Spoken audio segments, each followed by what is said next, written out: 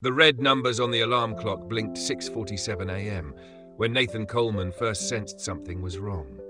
His older sister, Olivia, always knocked on his door at exactly 6:45, a quiet ritual they had kept since he started first grade last year. 2 minutes might not mean much to most 7-year-olds, but Nathan had inherited his mother's sharp attention to detail and his father's deep concern for others. Slipping out of bed, his Superman pajamas rustling in the crisp autumn air, Nathan walked down the hallway of their Winchester home. The Massachusetts cold pressed against the windows, but the house remained warm. He stopped outside Olivia's door, his hand hovering over the wood. Uncertainty felt unfamiliar. Olivia was his protector, his source of knowledge about everything important. But lately she seemed to be fading, like a crayon worn down to a stub. "Liv?" he knocked softly, using her nickname. "Are you awake?"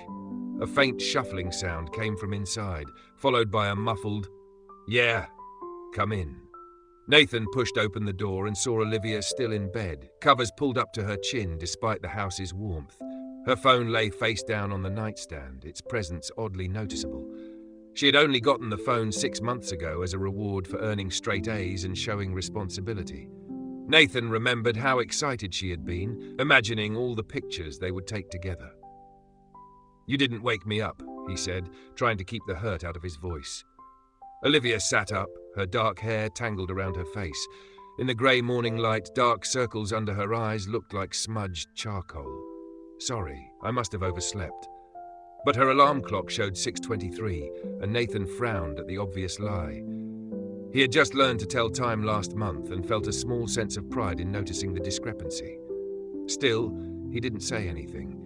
Something in Olivia's expression made him hesitate, the same way he had learned to be gentle with the class hamster when it seemed nervous. "Want to help me pick out clothes?" he asked instead. It was part of their routine. Olivia made sure he didn't mix plaids with stripes or wear his dinosaur shirt too many days in a row.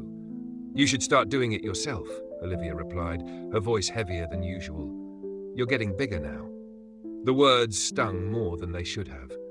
Nathan shifted in the doorway, watching his sister check her phone with almost robotic movements.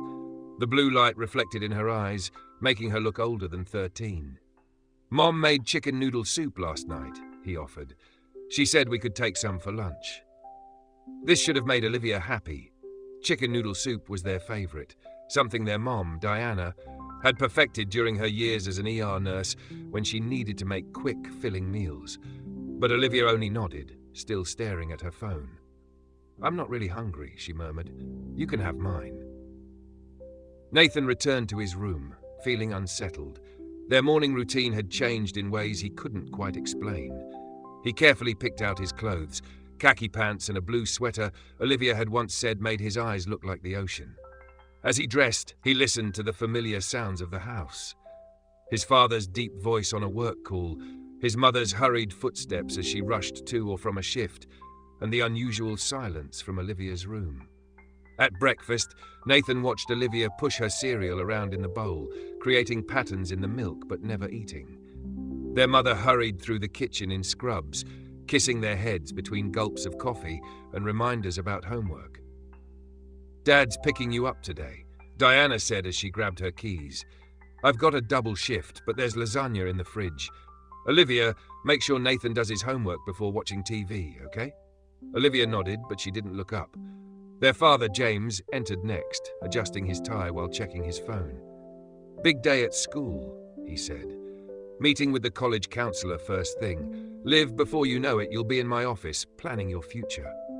He smiled, unaware that Olivia seemed to shrink at his words. Nathan noticed everything. The way Olivia's sweater now hung loosely on her shoulders, how she no longer played her guitar in the evenings, the way their kitchen whiteboard, once filled with her doodles and jokes, was now blank except for their parents' schedules. The car ride to school was quiet except for the morning news playing on the radio. Nathan sat in the back, watching Olivia in the passenger seat. She pressed her forehead against the window, her breath fogging the glass. Outside, the trees shed their leaves in brilliant reds and golds, but Olivia seemed drained of color. As they pulled up to Winchester Elementary, Nathan grabbed his backpack and lunchbox. Usually, Olivia would turn around, do their secret handshake, and remind him to conquer the day. Today, she remained still, staring into the distance.